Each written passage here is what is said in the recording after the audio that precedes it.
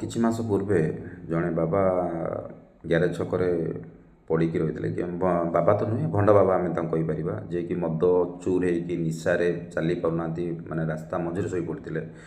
ଯାହାଫଳରେ traffic jam ହେଉଥିଲା। ମୁଁ ଦେଖିଲା ପରେ ତାଙ୍କ ପାଖକୁ ଆସିକି ତାଙ୍କୁ ଉଠେଇକି ତାପରେ PCR ଭ୍ୟାନ୍କୁ ଡକାଇଲା ପରେ ତାଙ୍କୁ ଆମେ ଟେକିକିରି ଗୋଟେ ରାସ୍ତାର ପାର୍ଶ୍ୱରେ ନେଇଥିଲୁ। ତାଙ୍କର ସେନ୍ସ ତାପରେ ତାଙ୍କୁ ମେଡ଼ିକାଲରେ ମଧ୍ୟ ଆମେ ଭର୍ତ୍ତି କରିଥିଲୁ।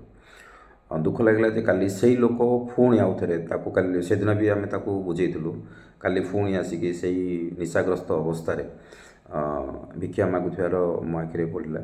ତାପରେ ତାଙ୍କୁ ମୁଁ ଡାକିକି ଏଇଭଳିଆ କାହିଁକି କରୁଛ କହିକି ମଧ୍ୟ ମୁଁ ତାଙ୍କୁ କହିଥିଲି, ସବୁବେଳେ ଆପଣ ନିଶା ରହିକି ଗୋଟେ ଧର୍ମ ପ୍ରଚାର କଲା ଭଳିଆ ଭାବୁଛନ୍ତି, ନିଜକୁ ବାବା କହୁଛନ୍ତି, ତାପରେ ଏଇଭଳିଆ ସବୁ କାମ ଦାମ କରୁଛନ୍ତି, ଏଇଟା କେତେ ଦୂର ଠିକ୍।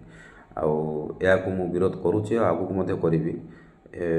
ପୁଡ଼ିଆ ଖାଇବ, ପାନ ଖାଇବ, ବାବା ହେଇକି ଚପଲ ପିନ୍ଧିକି ବୁଲିବ, ଏଇଟା ବାବା ଆଧାର କାର୍ଡ ରକେଟ ତମେ ମଦ ପିଇବ ପଡ଼ିବ ଗ୍ୟାରେଜ ଛକରେ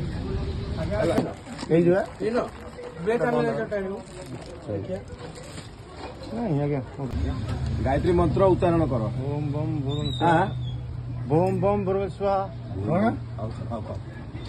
ପୁରା ଡାକ ଯେତିକି ଶିଖିଛ ମାନେ ବାବା ତମକୁ ଦେଲ ମହାମୃତ୍ୟୁଞ୍ଜୟ ମନ୍ତ୍ର କହିଲ, ସେଟା ସବୁ ବାବା ଜାଣନ୍ତି। କୁହ, ମୁଁ କହିବି ଶୁଣିବ। ଆଉ ଭୁଲ କରିବି ନା ଆଜ୍ଞା? କଣ ଭୁଲ କରିବୁ? କଣ ଭୁଲ କରୁଥିଲୁ କହ ତାହେଲେ। ଏଇ ଯୋଉ ଆଜି କହିଲ କରନି ପେଟ ପୋଷ ତାପରେ ମଦ ପିଆରେ ଭୁଲ ନଥିଲା ଭୁଲ ଆଉ କଥା କରିବ।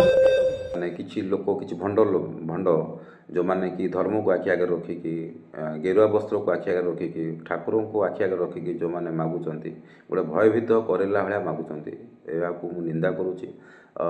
ଆପଣମାନେ ବି ଦେଖନ୍ତୁ, ଭିକ୍ଷା ଦେବାଟା କୌଣସି ଖରାପ ଜିନିଷ ନୁହଁ, କିନ୍ତୁ ସେଇ ଲୋକକୁ ଦେବା ଦରକାର ଯିଏ ନିଡ଼ି ଥିବ, ଯିଏ ସତ୍ ମାର୍ଗରେ ଚାଲୁଥିବ, କି ଆମେ ଜାଣିଲୁ ହଁ ଏଇ ଲୋକ ମାଗୁଛି ତାଙ୍କୁ ଦିଅନ୍ତୁ, ଦୁଃଖ ନାହିଁ।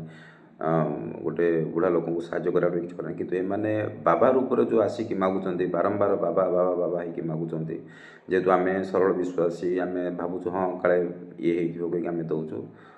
ସେଥିପାଇଁ ଖରାପ ଲାଗୁଛି ଯେ ଏମାନଙ୍କ ଉପରେ ମାନେ ଆଗକୁ ଆକ୍ସନ୍ ନେବା ଦରକାର ମଧ୍ୟ। ଏମାନଙ୍କୁ ଆମେ ପ୍ରାୟ ଟାଇମ୍ ବୁଝେଇ ସାରିଲୁଣି କି ଆପଣମାନେ ଏଇଭଳିଆ କରନ୍ତୁନି, ଯାହାଫଳରେ ଆମର ଗୋଟେ ମାନେ ହିନ୍ଦୁ ଧର୍ମ ପ୍ରତି ଲୋକଙ୍କ ଅଙ୍ଗୁଳି ନିର୍ଦ୍ଦେଶ ହେଉଛି, ଆପଣଙ୍କ ଭଳିଆ ମାନେ ଆପଣ ହିନ୍ଦୁ ଧର୍ମରେ ଏଭଳିଆ ଲୋକ ଅଛନ୍ତି, ଏଇସବୁ ଜିନିଷ ଅଛନ୍ତି। ଆମେ ଧର୍ମକୁ ଯେହେତୁ ସପୋର୍ଟ କରୁଛୁ, ଧର୍ମକୁ ଆମେ ମାନୁଛୁ, ସେଇଭଳିଆ କାମଟାକୁ ମାନେ ପ୍ରଶ୍ରୟ ମାନେ ମୁଁ ହଉ କି ଯିଏ ହଉ ଦେବାଟା ମଧ୍ୟ ଖରାପ। ଏମାନଙ୍କୁ ବିରୋଧ କରିବା ଦରକାର ମଧ୍ୟ, କି ଏମାନଙ୍କୁ ବୁଝାନ୍ତୁ।